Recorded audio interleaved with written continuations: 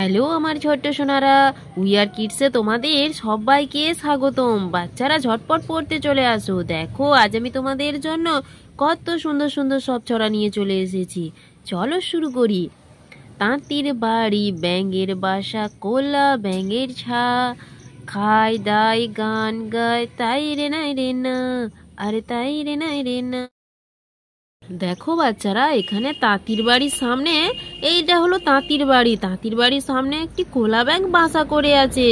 সে সে আবার কি একতারা হাতে নিয়ে বসেছে। সে সারাদিন কি করে, খায় দায় গান করে, কিরকম ঘ্যাঙ্গর ঘ্যাঙ্গর করে।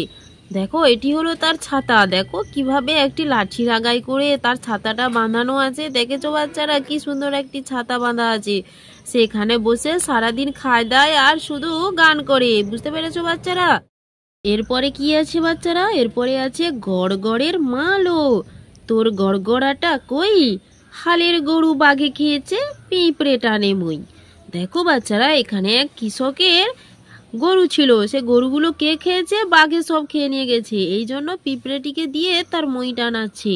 পিঁপড়েটা কি পারে, তার কত কষ্ট হচ্ছে। দেখো দাঁত ফাঁত সব বেরিয়ে পড়েছে, তার এত কষ্ট হচ্ছে। দেখেছো বাচ্চারা? আর এখানে কৃষক দেখো কি সুন্দর ধুতি গামছা পরে চলে এসেছে মই টানতে। এই হলো কৃষকের বাড়ি। কত ছোট ছোট বাড়ি, দেখেছো? গ্রামে বাস করে তো কৃষক, খুব গরিব, তাই তো?